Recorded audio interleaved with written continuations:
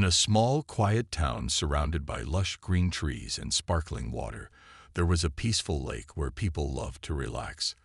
The lake wasn't just beautiful, it was also the heart of the community. Families gathered for picnics, kids played on the shore, and boats dotted the surface like tiny specks of color against the blue water. Among these residents was Tom Anderson, a kind-hearted man in his late 60s who had lived near the lake for over a decade. After retiring from his job as a mechanic, Tom found joy in simple pleasures: fishing, fixing things around the house, and spending time on his modest but cherished boat, the Serenity. For Tom, the boat wasn't just a vessel. It was a symbol of freedom, adventure, and peace.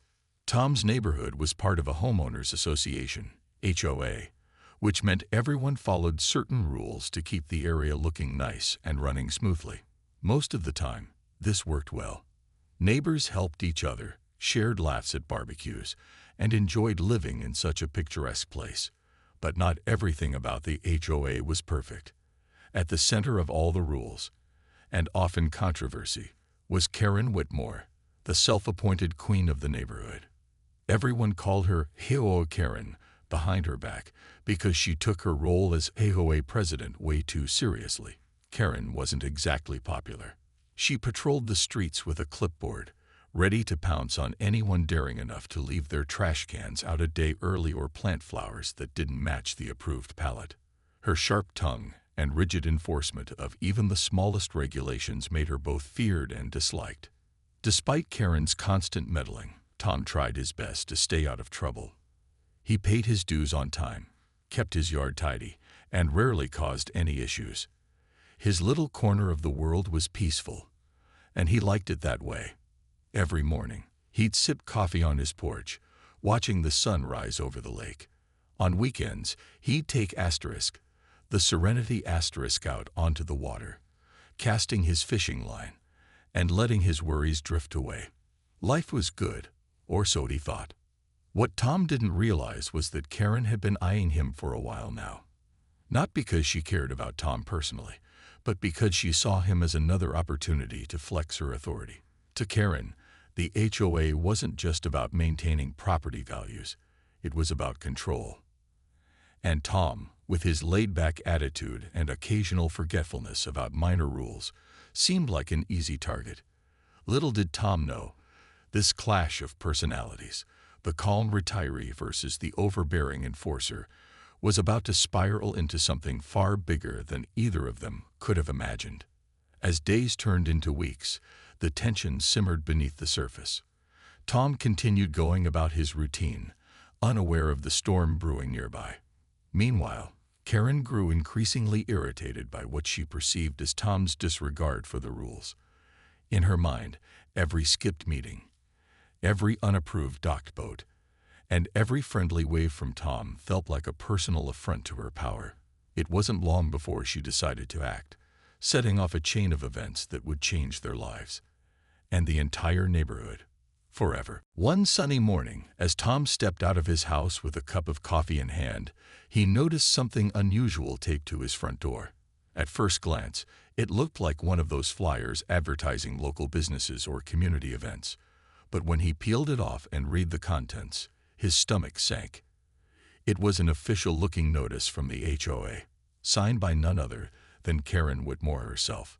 The letter accused Tom of violating a rule he didn't even know existed, leaving his boat, the Serenity docked at the community pier overnight without prior approval. According to the HOA guidelines, boats were only allowed during daylight hours unless special permission was granted, a detail buried deep in the fine print of a document Tom hadn't glanced at in years. The notice demanded that Tom pay a $500 fine immediately or face further action. Tom sighed deeply, crumpling the paper in frustration.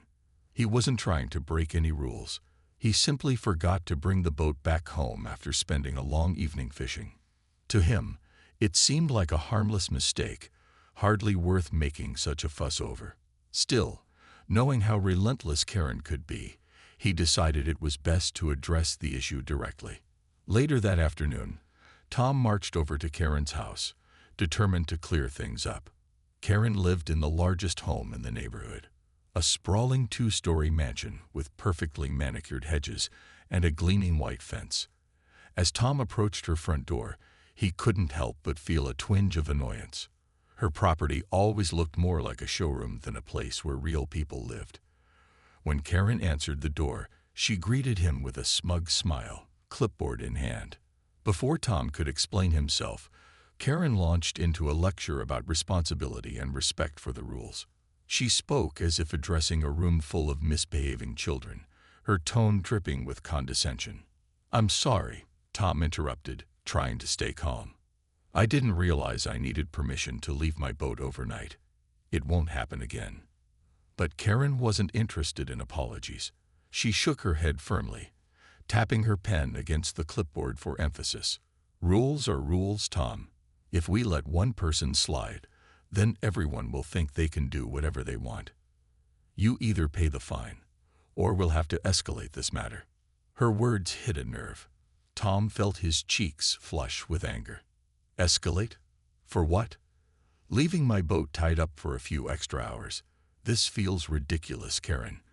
Can't we just talk this through like adults?" By now, their raised voices had drawn the attention of nearby neighbors. A small crowd began to gather, some curious, others concerned. Many of them had experienced Karen's wrath firsthand and sympathized with Tom. One neighbor, an elderly woman named Mrs. Harper, called out, "Come on, Karen, give the guy a break. We all make mistakes." Karen shot her a glare before turning back to Tom. "If you don't like the rules, maybe you should move somewhere else," she snapped, slamming the door shut. As Tom walked away, fuming, he realized this wasn't just about a boat anymore. It was about principle. How could someone so obsessed with control dictate how others lived their lives? That night, as he sat on his porch staring at the lake, Tom vowed not to back down. Little did he know, this argument was only the beginning of a much bigger battle, one that would test his patience, unite his neighbors, and expose secrets no one saw coming. 2 weeks passed since Tom's confrontation with Karen, and though he tried to put the incident behind him, it gnawed at the back of his mind like an irritating itch. He avoided going near Karen's house or crossing paths with her during his daily walks, but her words echoed in his head. Asterisk, rules are rules. Asterisk, the fine still loomed over him, unpaid and unaddressed. Tom didn't want to give in. He felt giving up would mean letting Karen win. But ignoring the situation entirely wasn't sitting well with him either. Still, life went on. Every morning, he sipped coffee on his porch, watching the sunlight dance across the lake's surface. And every weekend, he took the Serenity out for a spin, finding solace in the gentle rhythm of the water. Then came the day everything changed. It was late afternoon when Tom returned home after running errands. As he pulled into his driveway, something felt off. His eyes darted toward the pier where the Serenity usually rested, tied securely to its mooring. But the spot was empty. For a moment, Tom thought maybe he'd forgotten to bring the boat back from his last outing. That couldn't be right. He distinctly remembered docking it 2 days ago. Panic began to creep in as he rushed down to the shore, scanning the water for any sign of his beloved vessel. Nothing. Not even the faintest ripple disturbed the calm surface of the lake. Frantic, Tom started asking around. "Did anyone see my boat?" He asked neighbors who were tending their gardens or walking their dogs. Most shrugged, saying they hadn't noticed anything unusual.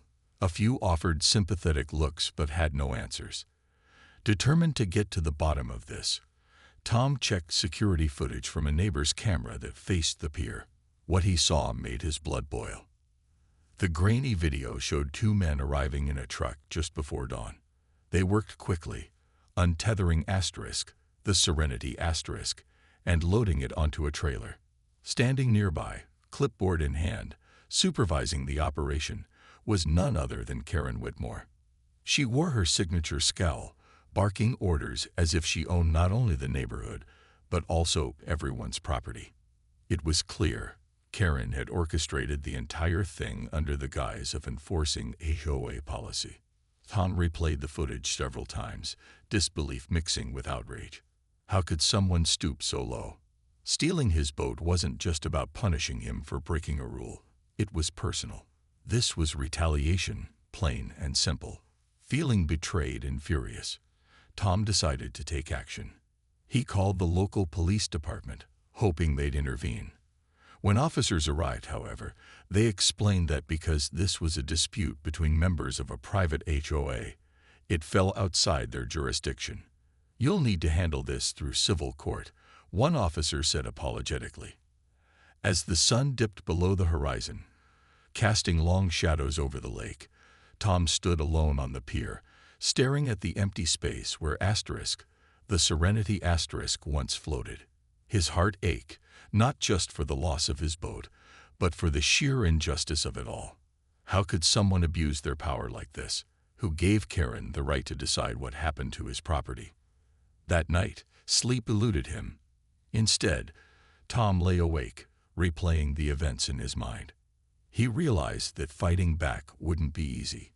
Going against Karen meant challenging not just her authority, but the very system she represented.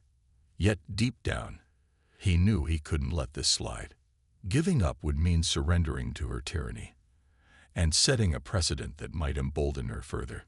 Little did Tom know, his decision to fight back would spark something much bigger than he ever anticipated. The theft of the Serenity wasn't just a personal attack. It was the catalyst for a movement within the neighborhood. A chance for others to stand up against Karen's reign of terror. And unbeknownst to everyone, including Karen herself, her actions had already set off a chain reaction that would soon spiral far beyond her control. Tom knew he couldn't fight this battle alone. The theft of the Serenity wasn't just about him anymore. It was a symbol of everything wrong with the way Karen ran the neighborhood. Feeling defeated but unwilling to give up, Tom decided to seek help from someone who might understand the legal side of things. That's when he remembered Emily Carter. Emily had moved into the neighborhood just 6 months earlier. She was in her early 30s, sharp-witted, and worked as an attorney specializing in civil disputes. Though she kept mostly to herself, word around the community was that she didn't shy away from standing up for what was right. Tom figured if anyone could take on Karen, it was Emily. With nothing to lose, he knocked on her door one evening, hoping she'd hear him out.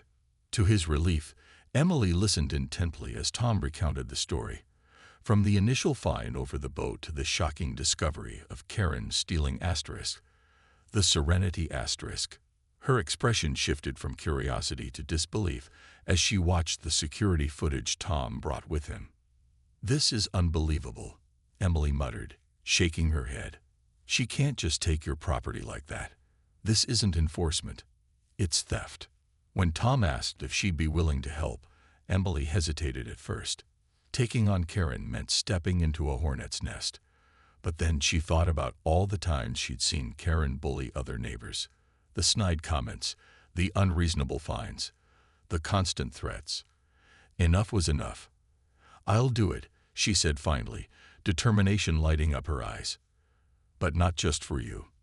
If we're going to stop her, we need to make this about more than one boat." Word spread quickly through the neighborhood that Emily was helping Tom sue Karen and the HOA. At first, people were hesitant. Karen's reputation for retaliation made them wary. But slowly, others began coming forward with their own grievances. One neighbor revealed how Karen had fined them for painting their mailbox a shade of blue that wasn't approved, even though the difference was barely noticeable. Another shared how she'd threatened to evict a family for hosting a small birthday party in their backyard. Each story added fuel to the fire, turning what started as a personal dispute into a collective effort to hold Karen accountable. Emily wasted no time getting to work. She drafted a lawsuit accusing Karen and the HOA of abuse of power, theft, and harassment. The goal was clear: recover the Serenity overturn the unfair fines, and push for reforms within the HOA. But as Emily dug deeper into the association's records, something strange caught her attention. Financial documents showed large sums of money being transferred out of the HOA account under vague descriptions like maintenance fees or consulting services. These transactions seemed suspiciously frequent and unusually high. Curious, Emily reached out to some of the contractors listed in the records, claiming she needed clarification for an upcoming audit. What she discovered shocked her. Several contractors admitted they'd never done any work for the HOA, yet their names appeared repeatedly in the ledger. Others confirmed receiving payments but stated the amounts were inflated far beyond what the actual jobs warranted. It didn't take long for Emily to piece together the truth. Someone had been siphoning funds from the HOA treasury. Her heart raced as she realized the implications. This wasn't just about Karen bullying her neighbors. It was about corruption. And if she played her cards right, exposing this scheme could bring down not just Karen, but the entire toxic system she represented. For the first time since starting this fight, Emily felt a glimmer of hope. They weren't just fighting for justice. They were uncovering secrets that could change the neighborhood forever. As Tom and Emily prepared to file the lawsuit, they knew the road ahead wouldn't be easy. Karen wouldn't go down without a fight, and taking on someone as powerful as her came with risks. But for the first time in years, the residents of the lakeside community felt united. Together, they were ready to stand up to the woman who had ruled their lives with an iron fist and reclaim not only Tom's boat, but also their sense of fairness and dignity. As Emily delved deeper into the financial records of the HOA, her initial suspicion turned into a full-blown investigation. What started as a simple case about a stolen boat had now morphed into something much bigger and darker. The more she uncovered, the clearer it became that Karen Whitmore wasn't just an overzealous HOA president. She was part of a web of deceit that reached far beyond the neighborhood. Emily knew she needed to tread carefully. Exposing this kind of corruption could have serious consequences. The fraudulent transactions led Emily to Karen's husband, Richard Whitmore, who managed the HOA's finances.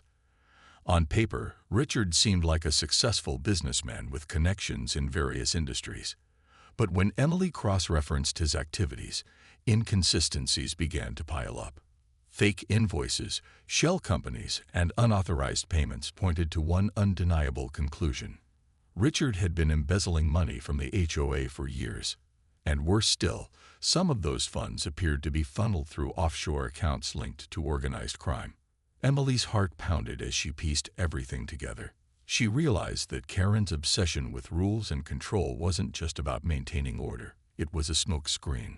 Her strict enforcement kept neighbors too intimidated to question anything, while Richard quietly drained their hard-earned dues. The couple worked as a team. Karen wielded fear and authority to keep people in line, while Richard handled the dirty work behind closed doors. It was a perfect partnership. For them. For everyone else, it was a nightmare waiting to explode. Knowing she couldn't tackle this alone, Emily contacted federal authorities. At first, they were skeptical. A small-town HOA scandal didn't exactly scream national importance. But once Emily presented her findings, including copies of forged documents, suspicious bank transfers, and testimonies from contractors, the tone shifted. Agents agreed to investigate further, launching a quiet probe into the Whitmores' activities. Meanwhile, life in the neighborhood continued as usual, at least on the surface. Karen remained oblivious to the storm brewing beneath her feet. In fact, she grew bolder, convinced that no one would dare challenge her. Just days before the lawsuit was set to be filed, she held an impromptu HOA meeting to discuss recent violations. Standing at the front of the room with her clipboard, she ranted about accountability and discipline, singling out Tom and others who had dared oppose her. "If you break the rules," she declared, "you'll face the consequences."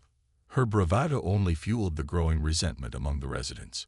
Neighbors exchanged knowing glances, silently vowing to see this fight through.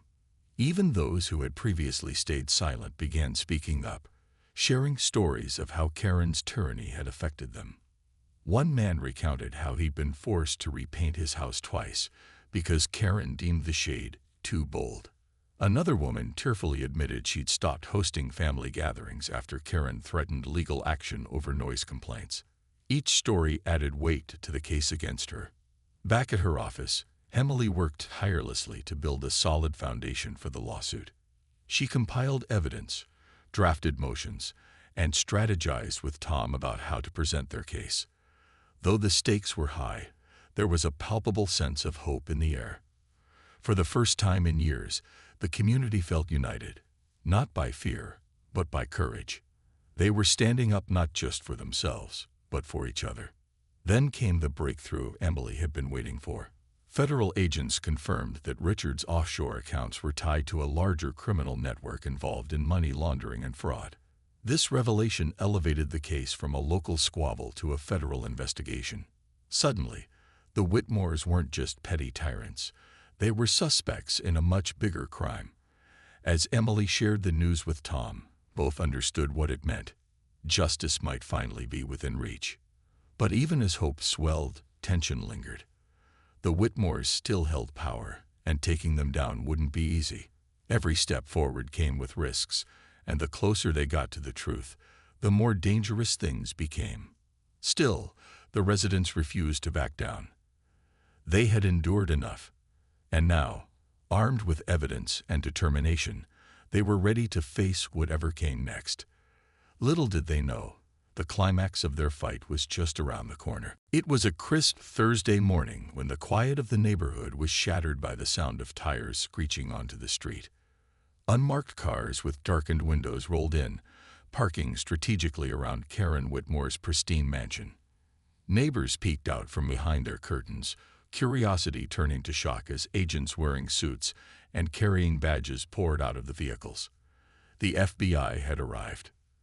Karen, dressed in her usual polished attire, was just stepping out of her front door when she froze mid-stride. Her sharp eyes narrowed as she took in the scene. Agents fanning out across her lawn, some heading toward her garage, others making their way to her dock where her luxury yacht, the Duchess gleamed under the morning sun. Before she could protest, a tall agent approached her, holding up a search warrant. "Mrs. Whitmore," he said firmly, "we need you to come with us." "What is this about?" Karen demanded, her voice shrill and defensive. She clutched her clipboard like a shield, as if it could protect her from what was unfolding. "You can't just barge into my home. Do you know who I am?" The agent ignored her protests, reading aloud the charges: embezzlement, fraud, money laundering, and conspiracy. Each word hit like a hammer, leaving Karen speechless for perhaps the first time in her life. As agents began searching her house, they confiscated computers, files, ledgers, and even her phone. Meanwhile, another team descended upon the Duchess discovering that the yacht had been purchased using stolen HOA funds, a lavish symbol of the couple's greed. News spread quickly through the neighborhood. Neighbors gathered in small clusters, whispering excitedly as they watched the spectacle unfold. Some recorded videos on their phones, while others simply stood in stunned silence. For years, Karen had strutted around like she owned the place, wielding her clipboard like a weapon. Now, here she was, humiliated in front of everyone she'd intimidated. When she was finally led away in handcuffs, screaming about how everyone was out to get her, a few residents couldn't help but cheer quietly. At the same time, Tom received a call from Emily. Her voice trembled with excitement as she delivered the news. The Serenity had been found. It turned out Karen had stored the boat in a nearby marina, planning to sell it off without anyone noticing. Thanks to the FBI's investigation, it would soon be returned to its rightful owner. Overwhelmed with relief and gratitude, Tom thanked Emily profusely. He never imagined his little fishing boat would lead to something so monumental. As the day wore on, details of the Whitmores' crimes came to light. Richard, arrested separately at his office downtown, confessed under pressure, implicating Karen in the scheme. Together, they had siphoned hundreds of thousands of dollars from the HOA over the years, funding their extravagant lifestyle, while leaving the community struggling to cover basic maintenance costs. Their actions weren't just unethical, they were criminal. For the residents, the sight of the Whitmores being taken away felt like a weight lifting off their shoulders.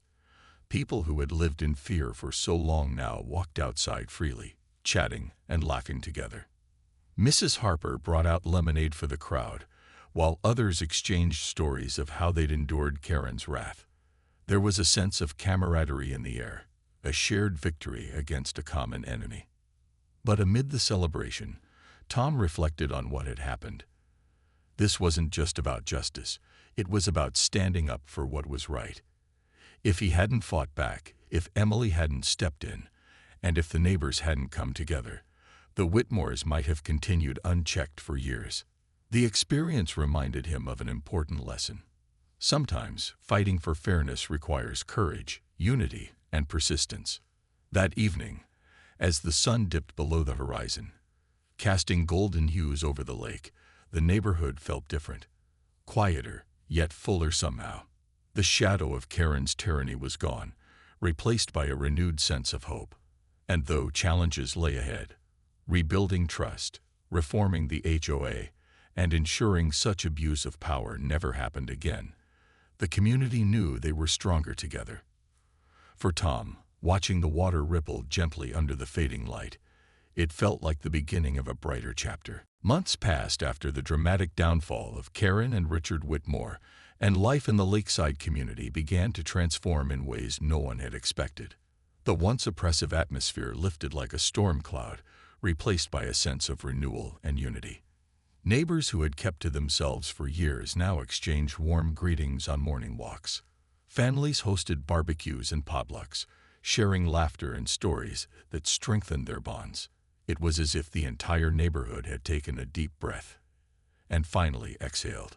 Karen and Richard's trial ended with guilty verdicts on multiple charges, including fraud, embezzlement, and conspiracy.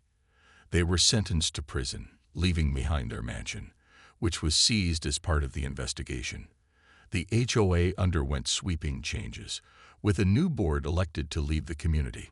This time, the members weren't chosen based on power or influence, but on fairness and integrity. Emily played a key role in drafting reforms, ensuring transparency and accountability would be at the heart of every decision moving forward. For Tom Anderson, life returned to normal, but with a twist. His beloved boat, the Serenity was restored to him, good as new after some minor repairs. Every weekend, he could be found out on the lake, casting his line into the water and enjoying the peace he'd fought so hard to protect. But what truly warmed his heart was how much closer he'd grown to his neighbors. People often stopped by to chat or thank him for standing up to Karen when no one else dared. To Tom's surprise, he became something of a local hero, a title he never sought but quietly appreciated. Inspired by the support he received during the ordeal, Tom decided to give back to the community in his own way. He founded a neighborhood watch group focused not just on safety, but also on fostering kindness and cooperation among residents. The group organized cleanup days, charity drives, and even fishing tournaments for kids. Slowly but surely, the spirit of camaraderie spread throughout the area, replacing fear with friendship. One evening, as summer turned to fall, the neighborhood gathered for a special event, a celebration of unity. Held near the pier where the Serenity rested, it was a chance for everyone to come together and reflect on how far they'd come. Tables were lightened with homemade dishes, music played softly in the background, and strings of lights twinkled above the gathering crowd. At the center of it all stood Tom, humbly accepting words of gratitude from those whose lives he touched. As the night drew to a close, Emily took the microphone to say a few words. "This isn't just about bringing down someone who abused their power," she said, her voice steady yet filled with emotion. "It's about proving that when we stand together, we can create real change. We've learned the importance of speaking up, not just for ourselves, but for each other." Her speech earned a round of applause, followed by cheers and whistles. For many, it was a moment of closure, a reminder that justice wasn't just about punishment, but about healing and growth. As fireworks lit up the sky over the lake, the community felt more united than ever before. In the weeks that followed, Tom continued his quiet routine, finding joy in the simple things. On crisp mornings, he sipped coffee on his porch, watching the sun rise over the water. And on weekends, he ventured out onto the Serenity, letting the gentle sway of the waves carry away any lingering worries. Life wasn't perfect, it rarely was, but it was better. Looking back, Tom realized that losing his boat had been the start of something extraordinary. It wasn't just about reclaiming the Serenity. It was about reclaiming trust, dignity, and hope. Through adversity, the neighborhood had discovered its strength and its soul. And as long as they remembered that lesson, Tom knew they'd face whatever challenges lay ahead together.